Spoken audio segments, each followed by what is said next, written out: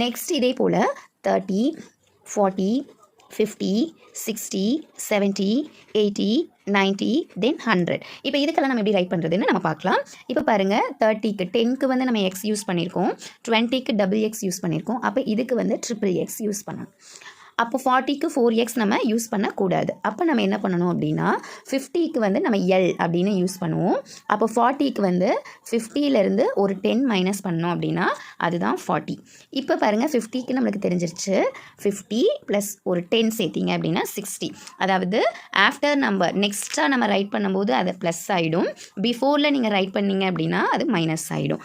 இப்போ பாருங்கள், 70க்கு 50, 60, 70, 50, 60, 70, 80. ஆனால் 90க்கு நம்ம வந்து 4 டைம்ஸ் யூஸ் பண்ணக்கூடாது. அப்போது 100க்கு நம்ம சின்னு யூஸ் பண்ணுவோம்.